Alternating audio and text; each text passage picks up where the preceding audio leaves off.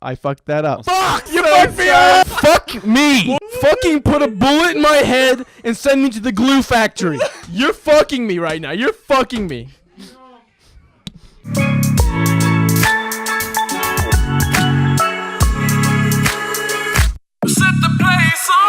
Hello, everybody. My name's Zach Viox, and welcome to tonight's episode of BTV Nerd Night, brought to you by Bearcast Media. I'm Brandon Meyer, and today we're going to be talking about board games with the vice president and co-founder of the UC Board Game Club, Michael Pileggi. Hey, thanks for having me, guys. Let's get started on nerding out. I'm just here to talk about some board games and, do some interesting things. That's what I'm talking about. Yeah, of That's course. why we're here tonight. That's why we Talk want about some people. interesting stuff. Now, Michael, you're the co-founder and the vice president of the Board Game Club of Yep. University of Center, right? Yeah. So, first off, tell us a bit about what your club does and. So I guess we kind of have this, I don't know, I've always saw it, we had this objective to get people to just kind of come together and just play games. Because there's something about board games that are just, they're about just meeting new people and bringing you together. So we wanted to be this kind of free-flowing, very open club where you don't have to be there every week. You don't have to do anything. You can bring whoever you want, people that don't even go here, your mom, your dad, to just come in and be able to have this opportunity to meet people, talk to people, play a new game, do something different for once, and just take it easy for a day. So if I bring my mom, you won't bully me? No, we actually one time we had a couple probably in their 30s. They came a couple times. Yeah, and they were just like, we kind of feel weird coming here, but we found you on social media and is it cool? And we're like, yeah, why not? Yeah, that's awesome. There's something we just want people to feel welcomed and to enjoy the atmosphere and become more empowered. Meet some people, have some friends. Have a good time. It seems like a super wholesome thing. That's just Honestly. awesome. I love board games. Everyone should love board games. Just do it. That's awesome. Yeah. How long have you done this? When did it start? We had an interesting kind of start. I've been here now 4 years at the University of Cincinnati, I think, something like that. But I started with a friend group, and we like board games, so we started playing board games. So we're like, why don't we just make this a club? I feel like other people would want to do this. So 3.5 years ago, we did that, and then there was another group on campus, which we didn't know about, that tried to do the same exact thing, the same semester. Oh, really? Yeah, exactly. It was real weird. It was like, oh, hey there, what you guys doing? But then we went to apply and everything, to apply, be the club and all that. And then they're like, so you got denied. There's another club like that, so maybe you should talk to them and figure some stuff out. So it kind of delayed us a half a year. So now we're about 3 years, a little over 3 years we've been around. Wow. Did you fight to the death for who's the real? Essentially, yeah. It was the real board game yeah. club. Yeah, there were lots of casualties. No. But Did you go to them and say sorry and knock their pieces over? Yes, and we burnt everything they had. No, Pillage them. It was actually, it worked incredibly well. We had these people. We had a lot of headstrong people, so it was interesting at first because people weren't necessarily wanting to give up this leadership sort of thing. Yeah. But once we just literally started playing games together, it was a whole new world. There's something about board games that just open you up a little bit. And we all really became friends, and actually it ended up becoming the first exec board. Was kind of I think it was a down the middle mesh of half and half from each group. So it worked out really well in that aspect too. The big game, you kind of see it back there, up in the top, there's a game called Two Rooms and a Boom, and that's a big social deduction game that initially really brought us together and kind of made us one group. We weren't two rooms, but sorry, we weren't two different groups anymore. We were this one group called Board Game Club, and then from there we became bigger, and we tried to bring this to everyone else. So. Yeah. Do you think that's a common thread among board games in general? When you could just be strangers, and all of a sudden now you're friends with these people because you shared this game. It could be fun, could be silly, but whatever, Yeah, it could be multiple things. Obviously, there's some games where you're halfway through it and you're like, I hate you, I don't like anything about you, and you need to leave. But for the most part, the games bring you together and they make you think differently and see people from a different point of view. But you also don't have to be you can be someone different, like in role playing and D&D. Yeah. Like you can be this character, if you're playing some sort of role playing board game or something, or some deception game, you can be someone different, and that's really good for people, because I think generally the nerdy audience, the board game audience, has some social awkwardness. Yeah, I mean, look at me. Nerds are pretty awkward. So I'm still getting over that. But if you're able to like try to beat someone, or try to play something else, it opens people up, and it makes them feel a little bit better. And if we can help people do that, that's awesome. That's so exciting. I think that's also a really, really cool part about the club, is because I've been a few times. I think you've been as well. Is that like you said, there are a bunch of awkward nerds, but like you've basically created, I don't want to say a safe space, but a place where they can like come together with you and sort of leave that awkwardness, because everyone's there and they're kind of like, oh, well, I'm awkward, you're awkward too. You want to like play some games? I mean, you still see it actually now. Like you'll see people kind of in the corner. Like we're in TUC, we're just in the food court on Wednesday nights. A little shameless plug. Shout out. But you'll see people in the corner. They're kind of looking. You can tell they're interested. Like, I know why you're here. What's going on? I know why you're here. here. But they're also like, I don't want to ask anybody to play a game. And it's like, the one thing I can tell people is just like jump in. Like, people are looking to play games. There's always people out there that are just like, we need more people. We're playing Terraforming Mars. We need 5 people right now, or whatever. It's always better to have more people. Or a game called Secret Hitler was a really big game that we have. You can play a lot of people. So fun. So just like go in and play. Like that's the easiest way to do it. Yeah, that's where that's. And coming even from. when you mess up too, people a lot of times when they try new things, they're scared to like try it out and look stupid. That is the best way to do anything. If you look stupid, people will laugh at you and go, Exactly. "That's great. They tried it." But let's tell them how to be better. And it's like that's how you make friends. That's really trial and error. That's what to do. Yeah. I think. Oh yeah. So for freshmen, I feel like it's probably a great club, because it's not like easily. super intensive. It's not you're playing lacrosse, you're doing rugby or Especially- anything. You're just chilling. Having a especially good if time. you like come in, you don't like have a lot of friends. Maybe like you're new to Cincinnati and Yeah. you haven't been here, and you're just like, oh, I can't. I hate my roommate. Yeah, I hate my roommate. I need to get out on Wednesday nights. Head over to TUC. Yeah. Oh yeah. It's a big. I mean, at least for me, it was always like kind of a big deep breath. You're able to like. That's why we do it on Wednesdays. Wednesday nights, it's the middle of the week. You're just like, geez, I have all this homework, I have the exams, but just come to Board Games Club. You can relax for a little bit, play some games. Do you have beat any some people problems up. competing with Woody's Wednesday? I don't know. At this point, we actually have a pretty big group. Like, we have a consistent amount of people, and there are a bunch of people that can't come. Which, sorry guys, sorry, but we have a good following. I don't think it's one of those things where we get angry that people don't come. Because again, we try to be as free flowing and as open as possible. If you can only come for the last hour or whatever, we have people there all the way till TUC closes. So we're just Wow. here. We're here. That's dedication. Yeah, board games, they take a while sometimes. Yeah. But yeah, and there's always, people just looking to play something. So I don't know. Exactly. Yeah. Well, I got something I want to ask, because it's probably on everyone's mind here. Is what is your favorite board game? If you could give board one. I think number one board game is hard to do. Yeah. Top 3. Yeah, top 3 definitely. Your go-to games. If you see some games and there's just a huge stack, what do you go for? Jeez. Or even genre. That's a tough one. Specifically, I really, really like. Jeez. I like everything, and I really like the big games, like your games like Scythe. I want to get into this game called Gloomhaven, or a game like Betrayal, It Takes a While, or Dead of Winter. Really, really fun games. But for some reason, my favorite games are the short games that are really interesting, kind of puzzly games that you don't think about, and that short, small player games are so hard to make, and I love seeing those games around. So there's a game called Number 9, NMBR9, and it's like this kind of Tetris style, like building up this like architecture. Yeah, and you're trying to go like upwards, and the more you go up, the more points you get. So reverse Jenga. Yeah, I was about to say like. Yeah, it kind of, and everything has to fit in. Everyone's playing the same thing, but you'll have your own structure. Okay. And the higher you go, the more it's multiplied by essentially your point total. Ooh. Math. Yeah, exactly. cool. And then so you can play it so many different ways. Like obviously it's designed to be played this way, but there was one time where we did like a speed number 9 where you had 10 seconds to play this number. So it was the most stressful thing I've ever done, but it was so fun. At the end I was like, I don't care that I screwed up. I did so much fun.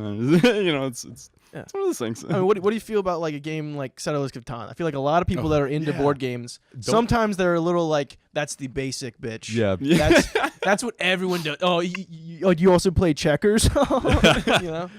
Yeah, we're trying to definitely appeal to like everyone. Yeah. We want to try that. So like we have decks of cards and stuff like that. We're definitely like all right, don't bring Monopoly, please don't. No. You can bring whatever you want. But sorry, what's the question? I completely lost it. Settlers Catan. Is it a basic bitch or is it the bad bitch? Yeah, I guess it's like some people kind of look over it, but it's always something that's nice to come back to. And on that same kind of like idea, there are these like basic games, especially when it comes to board games, stuff like that everyone has. So we actually technically don't have Settlers of Catan currently in our inventory because people bring it. And like I still love playing it. I still enjoy it, but I enjoy everything. Like I enjoy playing euchre and stuff like that. So we have a little bit of everything. Some people might be like, oh, Settlers of Catan. More like Settlers are boring. Hey, dad jokes. Yeah, I think it's also real nice too because like if someone new comes in and they're like, "Oh, Settlers of Catan. It's not my favorite game, but I feel comfortable." Yeah. It's scary. I mean, especially you see these games that are like these giant boxes, and you're like, "There's so many cards and there's so much instructions," which I totally get. So that's why we're trying to build up a little more. That's totally what I felt like when my one friend who's like obsessed with board games opened up Scythe for me, and I was like, "Our roommate." Shout out Jacob. Shout out to Jacob Huber. There's name drop. There's like so much stuff in that board, and I was like, oh, "What is all this?" But I think it's nice to have like experts on hand, like that know their shit. Yeah, there's a shout out to Ben Wozniak, who's our president. He's he's the stone right there. He does so much for us, and you don't see him, and he's never playing games because he's helping people out. He's like coming around. He's like doing a lot of admin stuff. He's just always there. If anybody ever needs a game explained, Ben comes around. He's always helping, and he is so incredibly knowledgeable. He knows all these games so well. He's played so many games. He's grandpa board game. Yeah, like honestly, like having those people around to do that makes people that are new and coming to this so much more thankful. Like understanding is like I can play these games. It's not just like all these crazy things that I don't know the names of and they're all really big, but this guy's like, hey, play this, take this. Yeah. which is really nice. Like we did a collaboration there we go with Edge House. Yeah, probably maybe a year ago. It was during I think the opening weekend. And really, we didn't, like most of the people from Board Game Club, we didn't really do anything. We just went around and helped all these new freshmen coming in and stuff. It was actually really fun. I enjoyed teaching, so it was really cool in that aspect of things. I don't know, it felt really good, but it makes it easier for people when they know there's people there, right? They can teach you. Yeah. So you're like on the part of like the council, well, right? Yeah. So like the exec board. What do you all do? Is that like just a title, or do you actually do more than that? Well, we have a lot of things. So we're definitely trying to become more a more outward group, I guess. We're trying to do more things. We do the exec board specifically, like plans events, does collaborations. Every year we send people to this convention that we'll probably end up talking about a little bit later. We put together the stuff to buy the board games, to like get new board games and stuff like that. Pretty much, those sort of things. We keep the whole thing running smoothly. Gotcha. Because even though it's very free form, which is like, all right, how do you, focus on something that's so free form? How do you make it like structured? Yeah. You'd be surprised. Yeah. How do you guys go about doing that? Because it sounds like, it's like all open. People can come whenever. Yeah. How do you keep it like organized?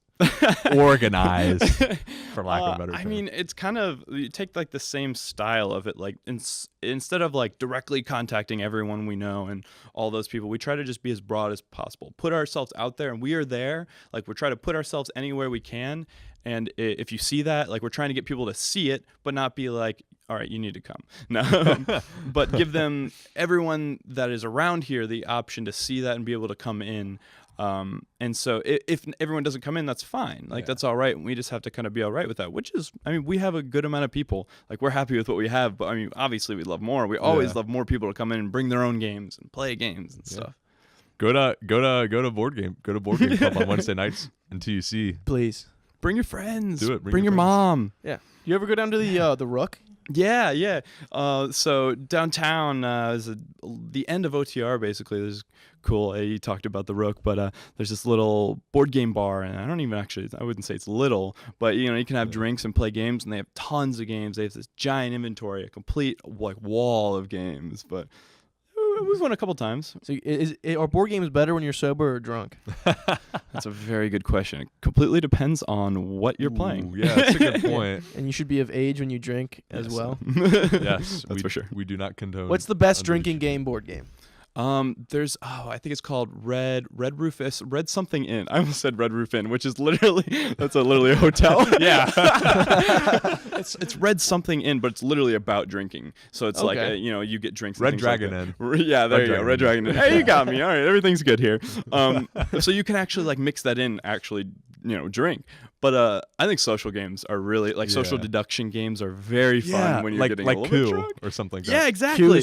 Coup is this cool little 2-player game. Oh, we got stories. We got stories. When we were down in the cabin. Oh my God. We were playing Coup. I think Brennan was trying to be Swedish, and he was in his underwear. Yeah, he was in his underwear. 10 people were drinking. There was underwear in Coup. That's all we need to know. Yeah. As long as the underwear were on people. No, yeah. It was perfectly appropriate. A little uncomfortable. It's okay. I mean, that's beautiful though. Yeah. No, that's exactly what I was thinking. We're having a good time. Yeah. How that's so cool. How a board game can bring up funny memory, because I totally forgot about that. But that was hilarious at the time. So fun. And how a board game can just bring you together. For that. I think my favorite thing is definitely the conflict kind of games too. That are you're questioning people and you're looking at you side eye. I'm like, you motherfucker, you silver tongue bitch. Yeah. And you start yelling at each other across the. It's your fault. It's like, no, I'm not. And it's actually some little quiet person in the corner. That's actually the bad person all the time. Yeah. That's what he was saying. How it's if you're playing a social game with new people to the club per se. Yep. And you don't know anything about them. You don't know how their demeanors are. Because if you're playing with your friends, I know how when he's lying. Yeah, exactly. But this new guy, you're like, if you want competitive Coup, come to the board game club. Yeah, we have 2 copies of Coup, and people bring Coup all the time. So there's always something going on with Coup. But really, when it comes to those social games, I've played it drunk a few times, and it's really fun. And it's really brought our club together recently, as of the past year and a half or so. A game called Secret Hitler. Yeah, mentioned it earlier. Yeah. You might have seen it if you've come. And that is how we like to introduce people a lot of the time. Yeah. It's it's very easy to pick up. So it's kind of like Mafia, if you've heard of Mafia or that sort of game. Love that game. And you're given some role, and you're either a role that only the people on your team know that you're it, or you're the role that no one knows who anybody is. Yeah. So there's it's liberal and fascist, right? Yes. Essentially, you have to convince people that you're a Nazi. You have to convince them that you're not a Nazi. Yeah. There you while go. secretly pushing Nazi propaganda, essentially passing laws and things, and eventually you can get people killed and whatnot. Yeah. It's so fun because sometimes you're forced, even if you're liberal, you're forced to play a fascist card. Yep. And people will call you out, you motherfucker, you're a Nazi. And it's like, no, I'm not, I had to. And you don't know, because there's all kinds of things. It's all kind of backroom shenanigans. It's fun. It's just so fun. If you've never played Secret Hitler, you should totally play it. Definitely recommend that game. Yeah, and I actually think you can download the cards and stuff online. Really? And play it. Yeah. So you can get paper version and stuff like that. Oh, but hell yeah. also support them because they're awesome. Game's So that sort of thing. But yeah, the social deduction games are a big core of Board Games Club, because it just gets people, doing something, moving, meeting each other. Also, it's a great way to just like you said, cool down halfway through the week when a bunch of busy stuff's happening, and you just want to have a simple game of figuring out who's a fascist and who isn't. Simple. You quickly learn who's an actual Nazi amongst your friends, real quick. Also, you find out who's super conservative, because I know people that refuse to even call themselves liberal when they're playing that. I'm not a Nazi, but I'm not a liberal. I'm like, okay, what does this even mean? What are you saying to me? Listen, dude, confused. I'm just trying to pass this order, man. Okay. Yeah, don't bring politics in this, please. But yeah, you definitely. We found out you can't play that game in a closed area with other people playing other games, because about halfway in, it starts just getting into just a yelling match. Yeah. People just start yelling, no, which is always fun. So is that a taboo amongst the club? Because I feel like whenever we would go there, it always devolved into us just screaming at each other, and we always feel like people would look at us like, bunch of dumbasses. What are they doing? No, I don't think so. I mean, be yourself. I think we, I keep going back to it, but we're open. We want you to, experience yourself. Really try to be someone that you want to be and feel comfortable being there. You don't want to have to hide yourself. Be loud, be crazy, have a good time. Of course. I mean, be kind of respectful, but have a good time. Yeah, definitely no stabbing people. That's not something you want to be doing. Stabbing is illegal. Don't do it. Yeah. On campus or off campus, don't do that. No. Yeah, but Yeah. But yeah, I think I might have came on earlier. One of my favorite things is just seeing all like the friend groups come together through this. Like just one person comes and another person comes, another person comes, another person comes. A year later, a bunch of these people that never knew each other are friend groups, and then these small friend groups make other friend groups to form bigger groups, and it's awesome. Yeah, that's kind of feel really good. Yeah. Like you actually get to see the fruits of your labor. Yeah.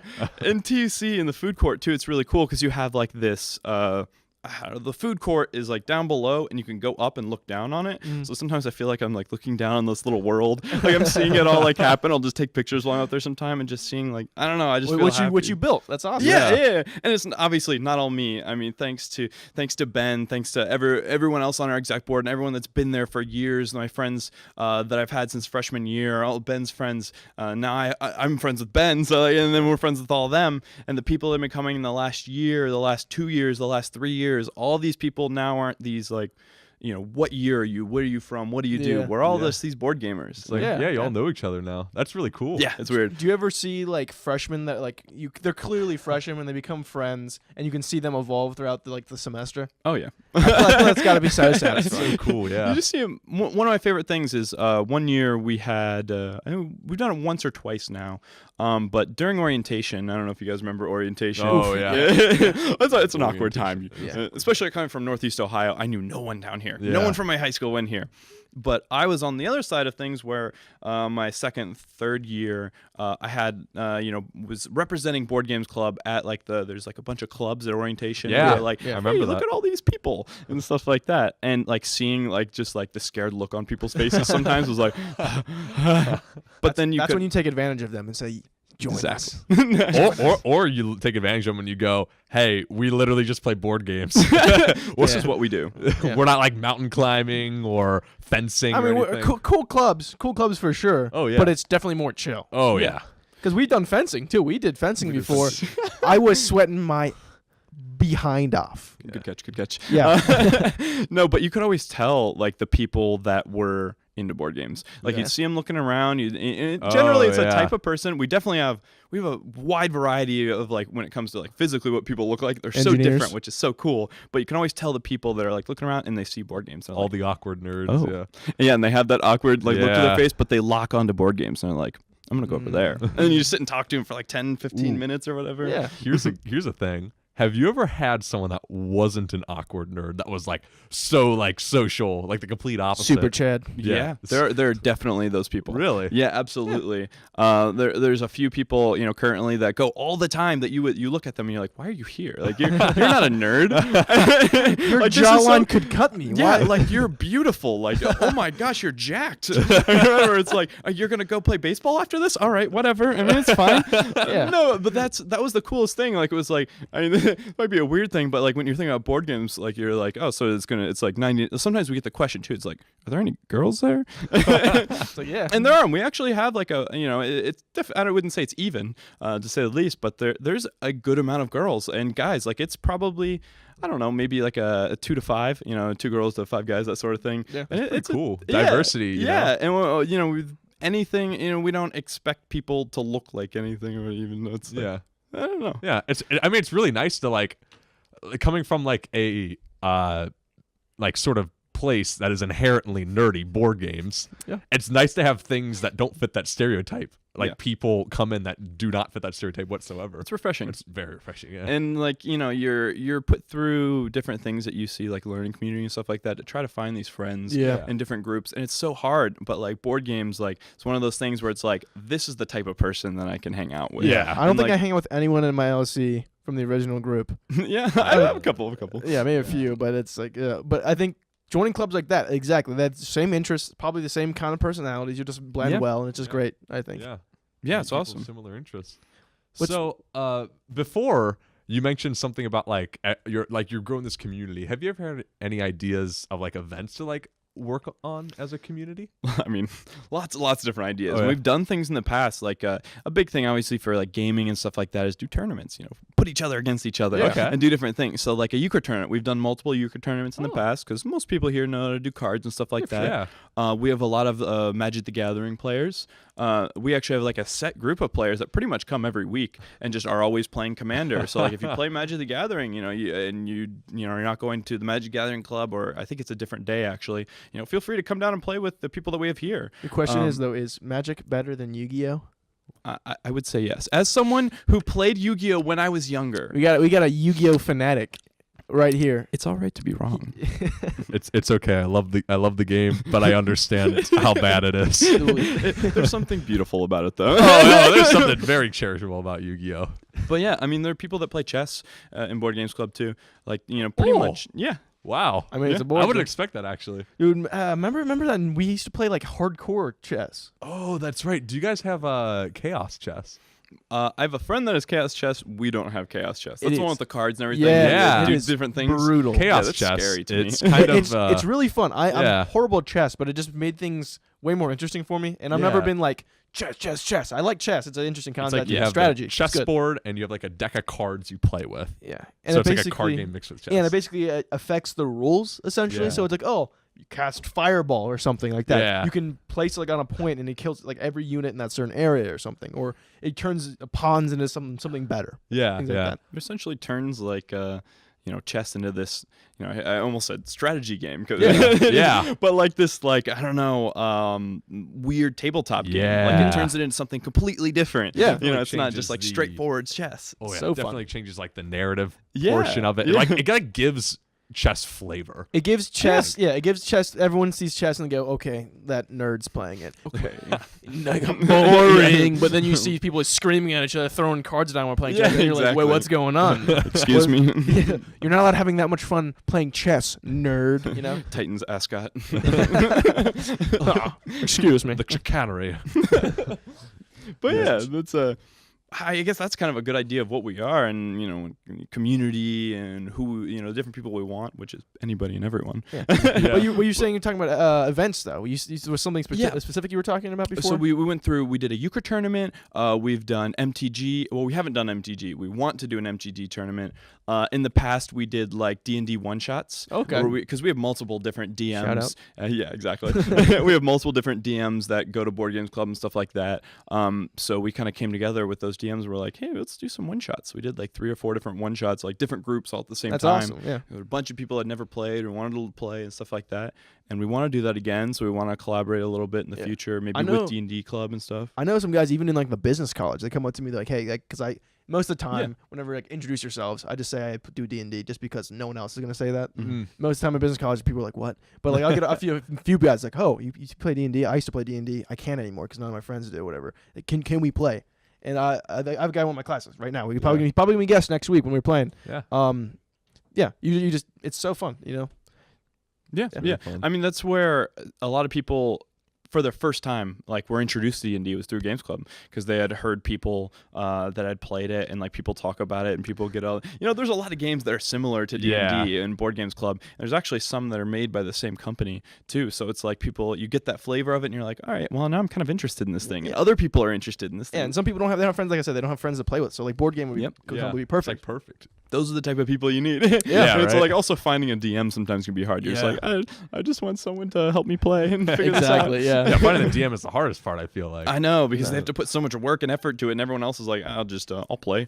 Yeah. I'll be Joe the Bard. Don't worry about it. Ooh, Joe the Bard. you don't want to be Joe the Bard. Oh, but one day in your life, would you want to be Joe the Bard? You know, I think Joe the Bard would be fun to play, but you don't want that guy marrying your daughter. no. That's fair. I never really. We thought can only about it take that a way. little bit of Joe at a time. Too much Joe will just burn right through you. Yeah. Ouch. And burns this soul. Burns the soul. Now, I know before you and I were kind of talking about GamesCon, right?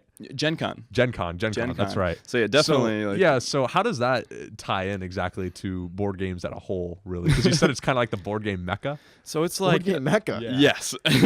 So Gen Con, we actually, as just like a kind of preface, we, as a Board Games Club, we send people to Gen Con every year because we want really? people to meet the community, because Gen Con is this.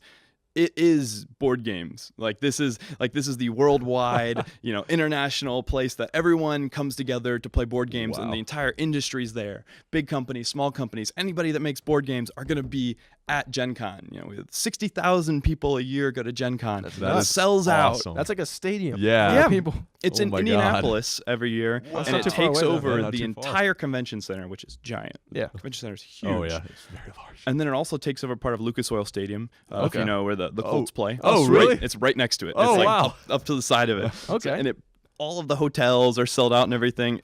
Believe me, it's very hard to find a hotel during the first week of August, which is when Gen Con is. That's awesome. That's so cool. Do you send people there, or what's the deal? Yeah. So last year we sent, I don't remember the final number. We budgeted to send 20 people, but we only got like 12 to 15 just because of some complications and stuff. But we got a bunch of people out there, and like it is honestly life-changing to me. It was such a good, like it was everything that you want to experience in board gaming, and like anything you can think of when it comes to board gaming or D&D, role playing, Magic the Gathering, any card game, anything in that realm of things is there and is at your fingertips. For free, like you can go play these games that have never been played, you know, being played, tested and stuff like that. Get a bunch of free stuff. Any of those games that you love, you know, the Settlers of Catan, the people who make that are there. The people who make Dominion, they're there. Go play their games. People who make Ticket to Ride, play the different Ticket to Rides and the different games that they make. This is like the board game playground. This is the place to be. And for someone like you, Zach, someone who's like wants to do game development, this is the place to go if you want to like introduce yourself to some companies. I feel like. Yep, that's low key what I was thinking. Yeah, I mean, you should go. Yeah, you really should. I don't know why you're not. Honestly, going.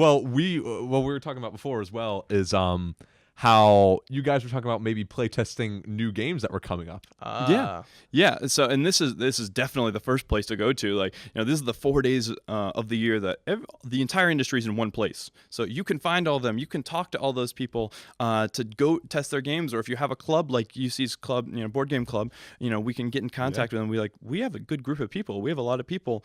We want to play test your games. You need play testers. You need people to like give you good reviews back. People that have played different games. We have that. And so we want to get more into that. We want to start playing these brand new games that are coming out of the industry, and you know, it's awesome. Do different things. Yeah, like and college students are like the ideal market for a lot of businesses. Again, like if like through UC, like we do marketing. I'm in marketing right now, and so we have to do all kinds of SONA tests, basically, which are basically surveys. The companies basically pay UC for us to take. So because we are the ideal market for a lot of things. So I feel like a lot of these companies for sure should be like swarming to come, especially if it's relatively big. They should be throwing themselves. I'd say get a little bit of.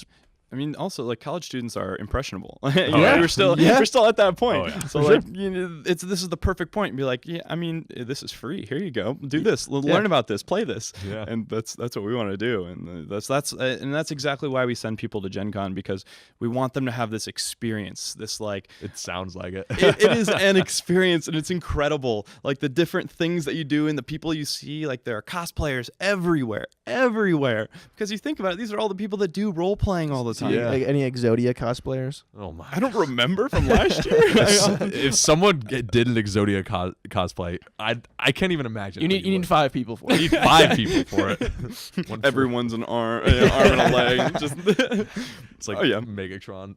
No, they're like incredible the amount of time and work people put into these cosplays. I always remember this one. It's half Rick, half Morty, and this guy's talking to himself in both voices and everything. That's going awesome. Back and forth, and there's everywhere. So it doesn't even have to necessarily be like board game related. They're just cosplaying for the fun of it. Yeah, absolutely. That's awesome. It's also in that way. It's also just like a convention. Yeah. Like you know, you come in there, and one of my favorite parts is when the convention opens every day. So like the hall is open 24/7, but the actual like floor, the show floor, isn't open all, but every morning they open it up, and they do this thing where the guy that sets it up comes out here and he gets you all hyped up and everything, and you do this like fundraiser and stuff, and then like open the doors, and everyone rushes the doors, and then you go into this giant show floor, and it is just massive. Like you can barely see to the other end. Like my God. Last year I went on, I was like, whenever I have time and I'm not doing anything, I'm just gonna try to go to every booth. Was not possible, at least for me. Really? Really? Like, definitely. And you were probably there for a few days, right? Probably 4 days. 4 days. Yeah, that is nuts. Wow, absolutely. You had Everywhere. to go to so many booths. Yeah.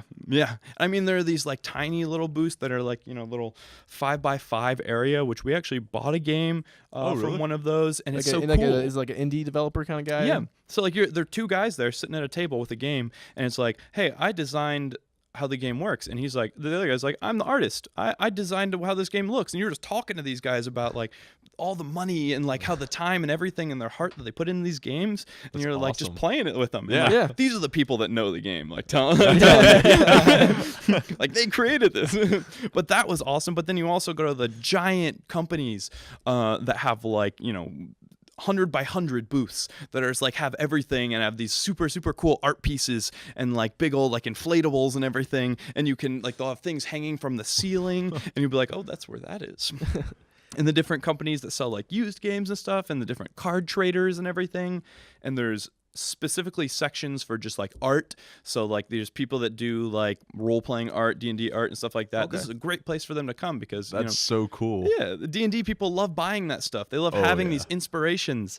And buying Another minis. thing for Zach to go there because he's trying to make a D&D Let book. me So just write it. honestly, you they're- should write that down. I'm not even kidding you. I but- did before the so show started. Good, good. Yeah. so much.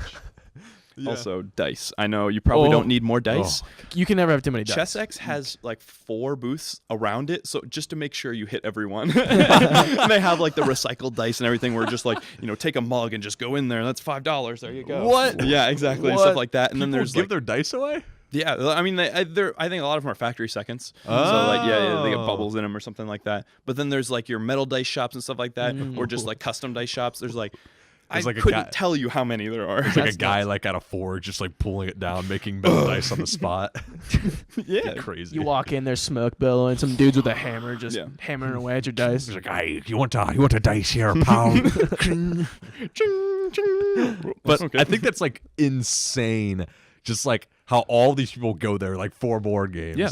Like it's the nerdiest thing ever, but It they're is. all brought there for one thing. And it's really really beautiful to see like the passion. Everyone, that's the thing that killed me about it. Like I could just walk around by myself and just like look around and see people, and everyone was happy. Everyone had this like bright look about about themselves and everything that they're doing, and the people that are making the games. It's just so much passion is in the air, and it's incredible. Yeah, it's it's awesome. Yeah, I love that. People are just like nuts about like Yeah. they're nuts about board games in general. That's crazy. Yeah. And like what I guess what's something for me is like you feel like there's been a lot of new board games. I feel like A lot. there's like 20 years ago. There's not that many. If they were, they weren't that fun. It's like, hey, here's Monopoly. I feel like there's just so many now, and they're so Monopoly different. reskinned. Yeah, I swear to you, there's probably about 10 different Monopolies at my house or whatever, just different versions. We have the original Monopoly at my parents' house. the original. Like, are you talking like the version, right? Like the original, like on the old wooden board.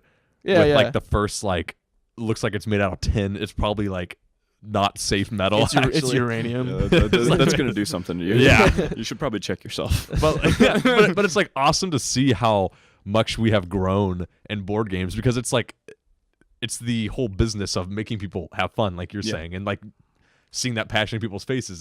That's the best part about the board game, is like it's meant for you to have fun and like Yeah. get together like and this. it's so different now too, because like you look at the old board games, they're just like, okay, here's a foldable square. Yeah. Now there's like Gloomhaven. Oh. There's what's it, Betrayal on the Hill House. Yeah, betrayal of Haunted House. Oh, Hounded. ugh. Can't say anything. Betrayal at Monopoly of Catan. Kill us. But betrayal. We'll just go with betrayal. Yeah, because betrayal. I can't say it right now. Yeah. But it's like one of those games where it's just so like different. Yeah, It's the, so the pieces interesting. just branch out depending on how you play it, and it's never the same too, because it's Oh, yeah. it's randomized and you can play, and it's not like randomized with a computer. It's just like just the way the game works. Yeah. and it's just different every time, which And is you have these really refreshing. scenarios too that are just like so crazy and off the wall, and so like every single game, every haunt is different. Yeah. And then you have like favorite part. this game called Carcassonne. I don't know if you guys have Carcassonne? played Carcassonne. No. Carcassonne's kind of like it's this Sounds like a metal band. map it's this like map game where you're actually building the map by putting so you have these tiles that have different elements of a map on it, Yeah. and they have to fit with the other tiles, and you put things on it, and then you start owning stuff. Like I own this city that I'm starting out with, and then you get these people that are everywhere, and you get points for the different things that you're Huh. in that connect together and stuff. So you're trying not to connect other people's like cities to cities and stuff, and Okay. That's but it's really cool. interesting. It's different Yeah. every It's- single time. I think that's probably what you're going for like most games is too, because like you play Monopoly, yeah, it's different technically because it's Yeah. randomized Yeah. somewhat, but at Yeah. the same time, it's the same, goes about the same way. Yeah. A lot of new games are just like they're completely different almost every time. Yeah, because Same rules, but vastly different. Yeah, because we talked earlier about like the social games, which those like stuff like I feel like we can lump Cards Against Humanity, Resistance, Cards Against like stuff like that, coup. Yeah. But like strategy games, those ones are a whole different everywhere. There's a yeah. really, really fun game called Terraforming Mars. There's a cooperative game called Pandemic, which you probably heard of. Pandemic Legacy is huge right now. Fantastic game. Pandemic's a great one that you should play. What's another good one in the strategy game on that side of things? There's Power a million Grid. of them. Power Grid, Yeah. Captain Sonar, which is, I guess that's also got more of a social aspect to it. How do you think those strategy games differentiate though, like at a table from like the social games, we'll say? I think it depends on the people you're playing with. There are definitely some people like in club that are like, social games are my thing. Like I'm good at this, and this is what I like. I like this social like togetherness of this whole thing. And then there's people that are just like, I just want to do the strategy. I just want to beat you. I want to be better. I want to be better than you. Yeah, I know a few people that are like that. They're playing the game. They're like, I'm gonna just decimate you. Yeah. I'm gonna bury you. Mm-hmm. And it's like, wow, dude, why are you being so aggressive? This is like. This is chess. But relax. Yeah, but I'll beat you up. What do you want from me? You can get like a bunch of good memories out of it though. Yeah, for sure. Because like we've played a bunch of strategy games before, Like Risk and stuff. like Risk. So many good, God. some good memories. It takes so long. That's the crutch. That's the Although deal. I've heard Risk Legacy, because like the Legacy games are like revamping other games and making them better, basically, right? Yeah, newer and just a little different. And pretty much all the Legacy games, from what I've seen, have done really well. Yeah. Like, really, really well. I've heard really good things about Risk Legacy. Risk Legacy, I haven't played it personally. I have a friend at work that says it's great. Like he said, he loves it, and he's not a big board game guy, like not a huge, but he always liked Risk, that sort of thing, and he really, really likes Risk Legacy, and people love Pandemic Legacy. Our advisor loves Betrayal Legacy, because Betrayal also has a legacy your advisor? version. Yeah, our academic advisor. That's awesome. I guess How many different versions of faculty legacies advisor. are there? Like legacy games? Are there just a bunch of them, or like how Yeah, many? it's a newer concept that's been coming around lately. But I mean, the big ones that come to mind for me again are Betrayal, Pandemic, and Risk, which are extremely popular games in their own. And then these companies go back and they redo it a little bit. You know, they change it up a little bit. So When do they come up with Monopoly Legacy? stop. They probably already have. I believe they It have. failed at testing. See, Everyone killed each other. They just stabbed each other to the death. No one was friends anymore. I mean that happened anyway, but it just was. They tried to revamp it too hard, and just everyone died. Yeah, they don't exist anymore. I'd actually be really curious because like all the Legacy, because I played Risk Legacy with Zach Reith's family once, and it was like so much better than regular Risk. Like incredibly You're better. telling me it didn't take like 2 days? It didn't take 2 days, and it wasn't just like kind of monotonous. Yeah. And like, I wonder if they could make Monopoly like amazing. Make Monopoly great again. I think that's just called a different board game. I mean, yeah. You're not wrong. Then there's another thing, like you were saying earlier, how there used to be just not so, there was like a few different types of board games, just like kind of in video games, like the beginning of video games, the Galagas, those sort of things. But now we have this variety. We have so much to play. Yeah. So like just play something different every time. That's So my many favorite thing. genres. Yeah, I try to play something different every time I go back. That's I don't know. I think that's a good goal to have, because otherwise you're just not gonna be bored. Yeah. Yeah. Right? Or not gonna be bored yeah. games. Or play games that you love and can play it in a completely different way. Like there's this one guy, I think he's on co-op now, but he would always beat me in everything by playing the way that I was like, this guy's gonna lose. Like halfway through the game, you're gonna lose. You're not doing well every single time, and I respected it so much. I was like, I know you're gonna beat me now. But he would just somehow find this weird backwards way of doing it, and just be like, and he wouldn't even like show it. Like he's just like chilling. Like he looks like he's just memeing around, having fun, and he's just like, oh, you won by a lot. So that sounds to me like a successful version of what Zach does. Every time he plays board games, and if he's not completely into we don't it, have to talk about he just memes real hard, and we're all just like, Zach, we hate you, and he just sitting there, I hate myself too, and he just starts like throwing stuff around and just making a joke out of it. Whenever But he always loses. It's more like whenever I notice I'm throws it. not going to win, I just screw off. So like I remember one time we played Catan, and I had wood and clay, but I wasn't going to win, so I made the Great Wall of Catan and made a wall across the entire half of the map so no one could go like past the other half. So they were all on one side. I was like, no one will have fun. You shall not leave. No. But stuff like that, like, yeah. I mean, you play the way you want. So like, if you're having fun doing that, you do you. But like, sometimes we're like, come on, I mean, there are definitely some people out there too that are just like, I need to win. Like, this is the main thing. Yeah. But like, I really respect the people that are out there and it's like, I'm just gonna play and it's gonna be interesting. I'm gonna see what happens. Like, just have fun. Like, it's a stress reliever for me. So I'm just like, probably gonna lose, but it's all right. Yeah. That's how I live my life. I'm like, I'm probably gonna mess up. I'll fall on my face, but it's all right. You know, I'll wash it off. You know, now I look funny. Even for the strategist guys though, like there's still a crowd from though. Like I'm sure there's a lot of people at Board Game Club that come up and they're like, we want to like have some hardcore strategy going on here, and they probably are like sitting there, and you walk over, and they're all like deep in thought, like 3 steps ahead of what they're gonna do. That. I think he knows more about war than you do. That's a TF2 reference. Yeah. Loosely, I don't think I was that. It was a good try. It was a good try. But there are definitely those type of people, and then there's the people that are that good but don't even show it. They're just like, really, just do it. They're just like, they're just poker players, and they're just like, ha. Gotcha. Checkmate. That'd be pretty fun. Like this new guy just comes and he's like, yeah, I came here to check out the club. And you're just like, yeah, why don't you hop in? Let me tell you how to play the game. And he's like, oh, I played it once before. Turns out he's like a master at it. You just like initiated some freshman somewhere to go, that's what I'm going to do now. He's going to get really good at some game and come in like, I've never played this game before, and just wipe the floor with everybody. He's going to like go like pick up Pandemic Legacy and just like learn how to play that game to its T, and then come and be like, oh yeah, I'm just a freshman. He's gonna be a shark. And he's gonna come in, start putting money on it. Excuse me, he's $100. I bet. Is that allowed gambling at Board Game Club? You don't have to say yes. No. No. Off campus. I'll ask about that. Yeah, it was actually, there was an interesting thing we had. The first time we did like budget stuff and we went to get our budget looked at to go to Gen Con and stuff, we actually brought up things, because along with our Gen Con budget, we had a budget for new board games. And we kind of brought up different ideas why we'd use new board games. I mean, we are the Board Games Club. Yeah.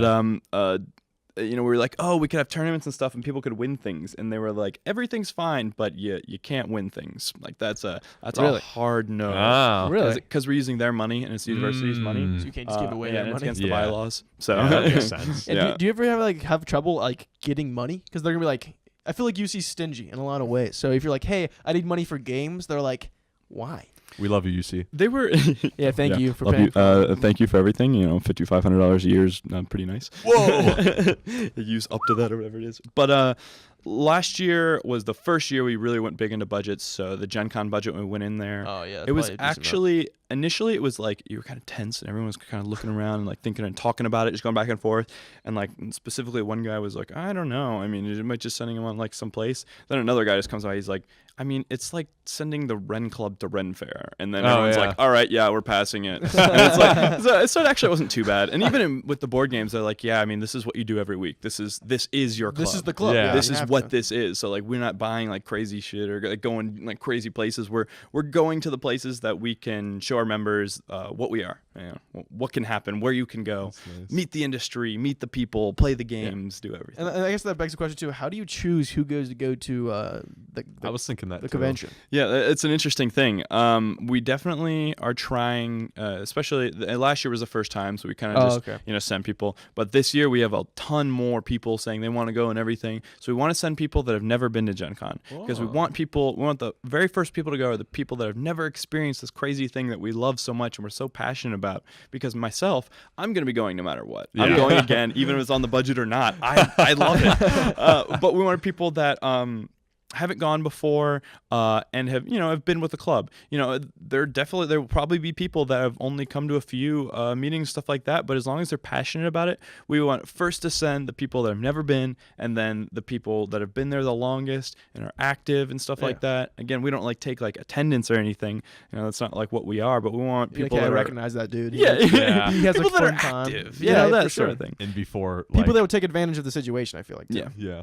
But I mean, it's one of those things where someone come outside of the club, there's like, someone said people are going to Gen Con. Now, you would be in the board game club probably if you knew what Gen Con was. Yeah. Whenever I tell other people about something called Gen Con, they're like, "Excuse me?" You're like, Gesundheit. Convention, is that where furries go? Yeah. We don't talk about that. I mean, but yeah, we're trying to send the people who haven't been. And we want people to experience it for the first time because that's beautiful. Like, it's really cool. And there are definitely some people who are like, I could have just went for 1 or 2 days. Yeah. But most people are like, I want to go back now. Like we just left and I want to come back. And some people don't experience anything like that in their life. Like I know people that have been on the west side of Cincinnati. They stay there. Mm-hmm. They're like, I'm committed just to be here. Indianapolis is not exotic. But you get out of this. There. You get out of the state, out of the city, and you experience something that's completely different than what you're going to see. And because like Gen Con's like super huge. There's people from all over the country down there. Yeah, for sure. Internationally, like there are people that come from. Really? Yeah, there are people that come from different countries. Oh wow. For this, so that's that's another thing. Yeah, I mean, it just has everything. Like, then there's like one of the coolest things, we were walking up. So we drove in from our hotel. We drove downtown. We had to park like in BF land. And then we started walking down. We walked past Lucas Oil. And then we just see this line of food trucks, just like 50 food trucks. Just like, all right, we know things are going down here. This is where it's all happening, right? It's cool. It was... when you walk into a place and everywhere you look, there's just like an uncountable number of people. You're just like you're just in awe. You could just stand still. Like don't stand still at a trampled. at a convention. Because people get angry and stuff. But like it just like every direction there are people and walking everywhere, different people. How many Deadpools did you see at the convention? There's probably a few, right? Too many. Deadpools and Spider-Man. Lots of Spider-Mans, and then there are definitely a lot of heroes. A lot of like medieval cosplays, tons of kilts. We had a kilt count at one point. What? Kilt count? I don't remember what it ended at. Start that kilt count again at number 1 because Zach has a kilt. Okay. Well, I mean, you're into D&D, so it's fine. But there are so many people. The kilt wasn't even D&D though, right? No, I wore just have a kilt. I wore it for an Irish cabaret that I did in high school. Okay, you can tell yourself that. Don't worry. Yeah. I mean, it's a good breeze. It's a good breeze. People always ask, "Were you wearing underwear?" I'd always say, I don't know, maybe. You want to learn? You want to check? But as long as you're above 18. Here's a good thing for you. Earlier you said something about like you guys like don't know what new games to get. How do you like decide what new games you're going to bring into your club? Interesting thing.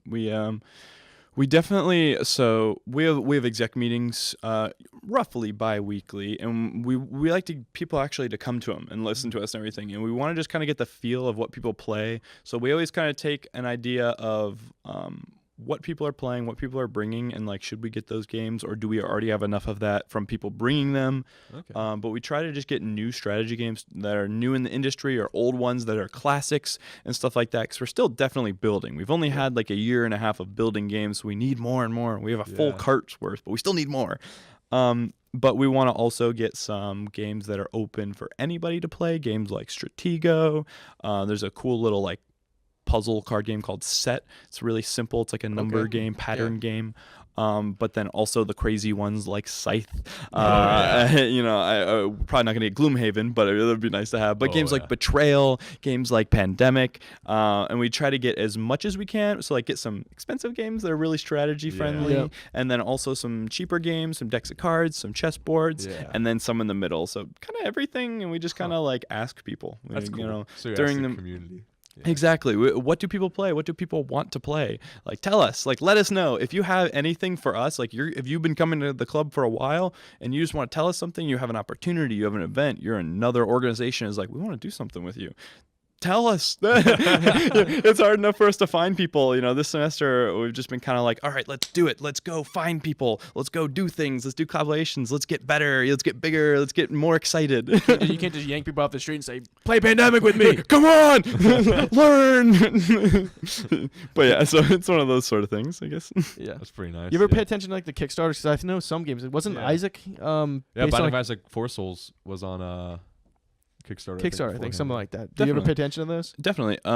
Let's see. There's one. I don't know if it's being kickstarted currently, but it's a similar idea of like games being demoed, games that are not ready yet, like in beta.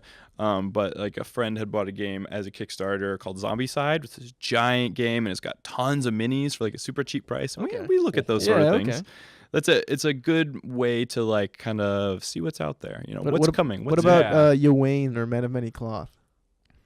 That's a game. There's 2 games that Zach is making right now. Oh yes, he's in development right now. Some are better, but he's getting there. Let's be real. Men of Many Cloth at first sucked. It was drawn on cardboard and permanent marker. It was not even just how it looked. It looked like trash, but also played like trash. I didn't get to play much of it, but I think as though if you are making games, why not just bring it to Board Game Club? Yeah. Maybe let people tear it apart and build you up with your shredded remains. Would you guys be willing for that? Honestly? Awesome. Yes, absolutely. You know, we want to play anything. Like new games, that's what we're limited to. We're only limited to the amount of games that we have, which we have a decent amount, but we're limited to that and what people can bring. And that's why we go to Gen Con, because that's where we see all these new games in the industry that have never been played and stuff. So yeah, bring it. Like, come on. Yeah. We'll tear it apart. Don't worry. Physically and mentally. For game designers, that's the best thing they could ask for. Absolutely. Because the worst thing you can get as a game designer is when someone plays your game and they go, yeah, that was really good. Yep. And then you're like, four out of well, five. are you being serious or like, Are you being nice to are me? you being what are you doing? Then it gets really awkward. But Yeah. It's like editing someone's book. Like you got to be harsh as an editor. Yeah. You should be like, yeah, no, bad. And you can't just have your friends play it, because Zach did that. We threw it amongst our friends, and like obviously our friends are savage, so we just like shit on them for a while, no matter what the game was. But I mean, we weren't that constructive. But if you have more people you don't know. And they like to do this thing where they will forget the advice they gave me like a month ago. Oh yeah. And then they'll a month later when they play test the game, they'll say the same advice, and I'll be like, okay, I'll keep that in mind. But in the back of my mind, I'm like, they said that already. You said this to me 2 weeks ago. Yeah. Here's the thing for like everyone, I guess. Okay. I should ask is like, where do you think? Because we talked earlier about how like Monopoly and stuff is like, look how it's grown to now. With all like the new technology and stuff we are making with board games and stuff, where the hell do you think board games are going to be going like in the future? Oh, jeez. See, I can see a board game like a VR kind of VR Monopoly where you're playing online with other people, but like you are the pieces. What? That's just a thought that came It's in my like head. Harry Potter shit. Yeah. I feel like some VR Wizard kind of stuff. Yeah. I mean, there's like board technology. game simulator. Yeah. So like if you've heard of that, like on Steam, like you could play board games, like well-known board games inside of this game. So someone in California you could play with. Exactly. I feel like that's pretty the kind awesome. of thing that's where it's going to be definitely be Yeah. going to. Like what's that one game, like the bomb defusing game? Oh yeah. And it's got like the timer, and you have to like someone's reading So the manual and stuff. Yeah. What is it? I forget. It's like the Keep talking, no one explodes. Keep keep talking, no one explodes. explodes. Yeah. But yeah, there's games are coming more of that and like more interactive and that sort I feel of like, way. and I also feel like sometimes the line between video game and board game kind Yes. of blurs. I think especially now with like how 100%. technology has been Yeah. advancing. Because you can play on a video game, you can play a board game online. So is it a board game or a video game? Yeah. And the opposite, they're making tons of new board games from video games, Yeah. like Dark Souls, Binding of Isaac. Oh, and that really? sort They of made a thing. Dark Souls board game? It's like over $100, and, What? and apparently it's really hard to get. Oh, I'm just like the game. Get good, baby. Yeah. but yeah, so I still think there's some place to go with new stuff. Like I think you're seeing a lot of more role-playing based stuff.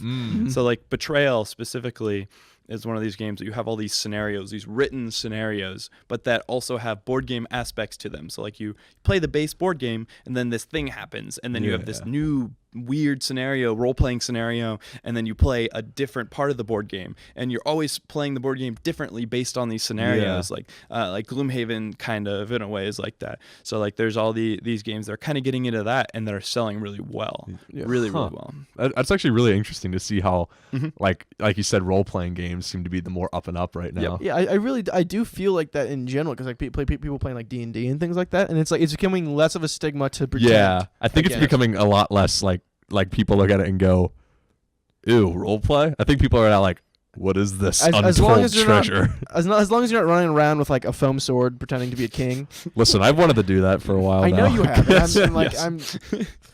I support you, Zach, Thank you, Brandon. but I will make fun of you. All the way. I respect that. I'll watch you and take pictures. But never forget. Never forget. Show me in like 20 years. This was was you. this was you, and you're like the king of the LARPers, and you're like, I was a peasant back then. It's a beautiful thing. Yeah. But like that, it comes full circle. Like board games, like the idea is to get people to feel like themselves, like to open up themselves and like see different parts about themselves. Like it's kind of a weird, like, I don't know, experimental process, but it's definitely on that sort of view. Yeah. You're not trying to just nail someone down. You want them to kind of experience themselves. Yeah. So, like role playing. Yeah. That's great because like I like Betrayal and stuff. I know we've had some hilarious times with Betrayal. Oh yeah. I think it's all like we were talking about the social games before. I think Betrayal is really cool because you don't just get to see how a person's mind works, but you also get to see how their creativity works. Yep. Yep. And how they go with it. Find out who the dungeon masters are and who aren't the dungeon masters. Yeah. Yes. you recruit some people. And you also find out who's secretly a freak a little bit too. A little bit. Who's like actually a diabolical like mastermind a little bit, and you're like, oh wow, that quiet kid actually a psychopath. He's gonna kill someone. We should keep an eye on him. Yeah, we should. Yeah. So I mean, it's a fun learning experience too, and you just have a great time. You can just like goof off. You can take it seriously, whatever. Yeah. And it's weird too because when I was in like high school, my sister was like older sister. She was in college, and she's talking about like, oh, we're playing board games and stuff. And I'm like, why are college kids playing board games? So we don't do that. We're a bunch of losers. Then I'm like, oh, it's actually really fun. What do you know? And I can totally see why. You're with your friends. You're drinking a little bit. You're playing board games. It's a grand time. You know? Oh yeah. And that's why we consistently have a decent amount of people that are always going back, and like they make their best friends here, and that's just awesome because it is this community. Like first and foremost, board game club to me is a community. Yeah. And that's I think what we've always wanted it to be. You know, I guess initially it was like we just want somewhere to play games all the time, and like we need to tell each other we're going to play games this day, but then it turned into so much more. Way more than that. Yeah, and I give a lot of that to Ben Wozniak, like who's like honestly like the mastermind of like the beginning of this stuff. You know, he's the guy. He's always watching on and going through all these things, and like he's made the club into something amazing, and I'm really proud of, incredibly proud of. Yeah, That's awesome. yeah, that's like fantastic. Yeah, That might be about it for tonight. Do you have anything you want to shout out before we end? I guess follow us on our social medias. We have a Twitter, UC Board Game Club. We have a Facebook group. Follow us on Campus Link if you're at UC. That's like the best way to get our email and stuff like that. But Wednesday nights, 7:30 till we close. Come a little early. People are there early. People are there late. In the TUC food court on that bottom floor, and come and see us. Come bring your own games. Please bring games. We want to play new games. Bring new people that have never played board games. Bring everyone. But that's where we'll be. yeah, Awesome. Wednesday nights, TUC, be there or Thank be you. square. Or be square. Yeah. So thank you guys for watching. This has been BTV Nerd Night, second episode. We'd first like to give a quick shout out to our floor director, Justin Smith, as well as our producer for tonight, Jake Luby, and our oh so beloved executive producer, Brendan Mitchell. And Praise be. and we will see you next time. Thank you.